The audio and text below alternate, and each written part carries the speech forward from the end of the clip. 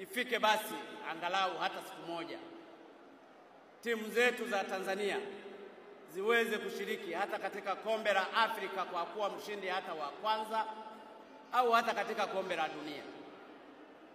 Tumekaa miaka mingi, tumepata uhuru tangu 61.